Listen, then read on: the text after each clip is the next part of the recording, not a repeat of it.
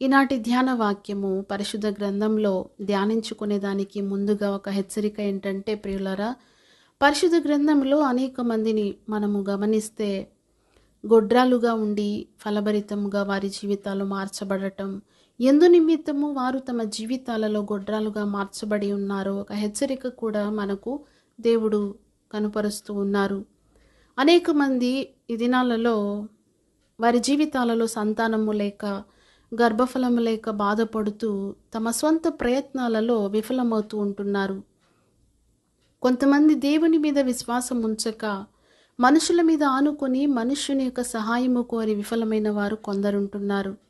ఎవరైతే పరిపూర్ణముగా దేవుని యందు విశ్వాసం ఉంచి దేవునికి ఇష్టము లేనటువంటి క్రియలను తొలగించుకొని పరిశుద్ధపరచబడి నూతనపరచబడుతూ దైవిక స్వభావములలో ఎదగాలని దైవాత్మకు అప్పగించుకొని ఒక పరిపూర్ణమైన విశ్వాసము కలిగి ఉంటారో వారి జీవితాలను నిశ్చయముగా ఫలభరితముగా మారుస్తారు దేవుడు. మొదటిగా పరిశుద్ధ గ్రంథంలో మనం గమనించినట్లయితే ప్రియులారా, ఆదికాండం 29వ అధ్యాయం 31వ వచనములో రాహేలును గూర్చి మనం చూడగలుగుతాం. రాహేలు గొడ్రాలై ఉండెను. ఆమెలో ఉన్న ఏ స్వభావము అక్కడ మనకు తెలియపరచబడుతుందంటే 30వ అధ్యాయం ఆదికాండం 1వ వచనంలో ఆమెలో ఉన్న అసూయను గూర్చి మనకు అక్కడ తెలియపరచబడుతుంది.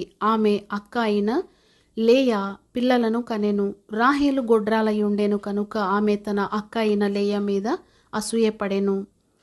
ఆమె యాకోబుతో ఏమని చెప్తుంది? నాకు గర్భఫలము నిమ్ము, లేని ఎడల నేను చచ్చేదనెను.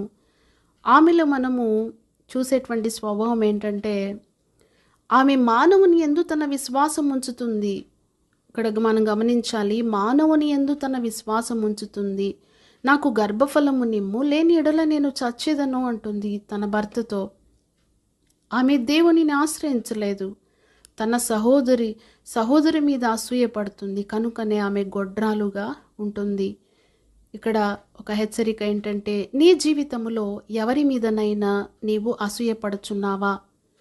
అసూయ అనేటువంటి ఈ యొక్క స్వభావము క్రీస్తు మనస్సు కాదు. దేవుని మీద విశ్వాసం ఉంచకుండా మనుషుని మీద విశ్వాసం ఉంచుచున్నావా?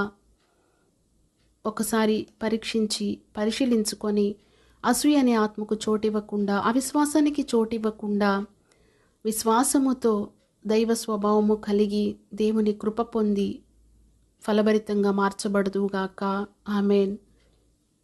రెండవదిగా సమూయేలు 2వ గ్రంథం 6వ అధ్యాయం 22వ వచనములో సౌలు కుమార్తె అయిన మీకాలు పిల్లలను కనకై ఉండెను అని వ్రాయబడి ఉన్నది. ఆమె సమస్య ఏంటంటే ఆమె దావీదును తన మనస్సులో హీనపరుస్తుంది. దావీదు నిబంధన మందసం ముందు నాట్యమాడుతుంటే, దావీదు దేవుని యందు ఉల్లసించుచుంటే మీకాలుకి అది నచ్చటం లేదు. ఆమె దావీదును తన మనస్సులో హీనపరుస్తుంది. దావీదు రాజు స్థానంలో ఉండవలెనని ఆమె ఆశ. దావీదు దేవుని ముందు తగ్గించుకొనుట ఆమెకు ఇష్టం లేకపోయింది. నీ జీవితం ఏ విధంగా ఉంది ఒకసారి పరిశీలించుకో ప్రియ సహోదరి. నీవు నీ జీవితములో కొన్ని సంపదలు మరియు స్థానములు కలిగి ఉన్నావేమో. నిన్ను నీవు తగ్గించుకొనుటకు బదులుగా నీ స్థానమును నీవు కాపాడుకొనవలనని కోరుచున్నావేమో. లేక నీ మనస్సులో ఇతరులను హీనపరుస్తున్నావేమో. ఇతరులు నీకంటే శ్రేష్ఠులని నీవు తలంచుచున్నావేమో. లేని ఎడల నీ ఆత్మీయ జీవితములో నీవు గొడ్డుతనము కలిగి ఉన్నావని అర్థం. ఈ విధము చేతనైనా హీనపరిచేటువంటి ఆ యొక్క దుష్ట స్వభావము యేసు రక్తము ద్వారా తొలగింపబడనుగాక. మూడవదిగా ప్రియులారా, హన్నా జీవితం మనకొక ఉదాహరణ.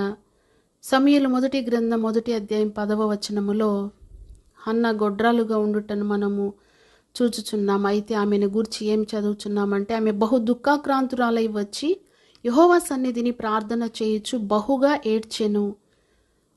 ఆమె అసూయపరురాలు కాదు. ఆమె ఇతరులను తన మనస్సులో హీనపరచలేదు. ఆమె మనుషులను ఆశ్రయించలేదు. నాకు గర్భఫలము నిమ్ము, లేని ఎడల నేను చచ్చెదనని ఎల్కానాతో కూడా చెప్పలేదు.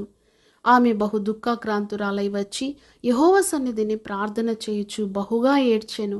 ఆమె దేవునికి ఒక మ్రొక్కుబడి చేసెను. కనుకనే 17వ వాక్యములో ఇశ్రాయేలు దేవునితో నీవు చేసుకొనిన మనవిని ఆయన దయచేయునుగాక అని సెలవిచ్చెను. ఆమె గుడ్డుతనము నుండి స్వస్థపరచబడి ఫలము పొందుకొని ఉన్నది. దేవునికి మహిమ కలుగునుగాక. ప్రియులారా, నీ ఆత్మీయ జీవితములో నీవు గొడ్రాలుగా ఉన్నావని తలంచుచున్నావా? రాహేలు వలె, మీకాలు వలె నీవు ఉండవద్దు. హన్నా వలె ఉండుము. దేవుని సన్నిధానమునకు వచ్చి బహు దుఃఖాక్రాంతురాలవై నీ ఆత్మను కుమ్మరించుము. దేవుని సన్నిధిలో మరియు ఆయన సన్నిధిలో ఏడువము. నీ ఆత్మీయ గుడ్డుతనము నుండి దేవుడు నిన్ను స్వస్థపరచును. నీ జీవితంలో నీవు ఫలభరితముగా మార్చబడుతూ నీ జీవితంలో నీవు ఫలమునిచ్చుట ఆరంభించినప్పుడు దేవుడు నిశ్చయముగా నీకు ప్రతిఫలమునిచ్చును. అంతేకాకుండా నీవు జయవీరురాలివిగా మార్చబడి జయించు వారికి అనుగ్రహించే గొప్ప ప్రతిఫలములకు యోగ్యురాలిగా మార్చబడదువుగాక. ఏ విధము చేతనైనా దేవుని సన్నిధిలో నూతన పరుచుకొని జీవితాలలో మార్పు చెంది దేవుని ఫలమును పొందాలని ఆశిస్తున్న ప్రతి వారిని వాక్యము ద్వారా దేవుడు పరిశుద్ధపరచునుగాక. ఆమెన్.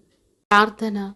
ప్రేమాస్వరూపి కృపగల దేవా, మీకు స్తోత్రం చెల్లిస్తున్నాం నాయన. ఎందరైతే ఈ దినాన సంతానము లేక బాధపడుతూ కన్నీళ్లతో వారి జీవితాలను కొనసాగిస్తూ ఉన్నారో వారందరినీ ప్రభువా కృపతో జ్ఞాపకము చేసుకునండి నాయన. వారి జీవితాలలో ప్రభువా ఉన్నటువంటి బలహీనతలను తొలగించి అసూయైన ఆత్మకు చోటు ఇవ్వకుండా, అవిశ్వాసపు ఆత్మకు చోటు ఇవ్వకుండా, ప్రభువా హీనపరిచేటువంటి ఆత్మకు చోటు ఇవ్వకుండా హన్నావలే మీ పాద సన్నిధిలో కన్నీరు విడిచి ప్రార్థించి దైవకృప పొంది నాయన సంతాన భాగ్యమును పొందుకొని జయ జీవితం చేయటానికి మీరే కృప చూపి ఒక్కొక్కరిని నాయన పేరు పేరున ఆశీర్వదించి వారి జీవితాలను ఫలభరితముగా మార్చి వారి ద్వారా మీ నామానికి మహిమ తెచ్చుకొనుమని నజరేయుడైన యేసు నామమున అడిగి ప్రార్థిస్తున్నాము తండ్రి. ఆమెన్.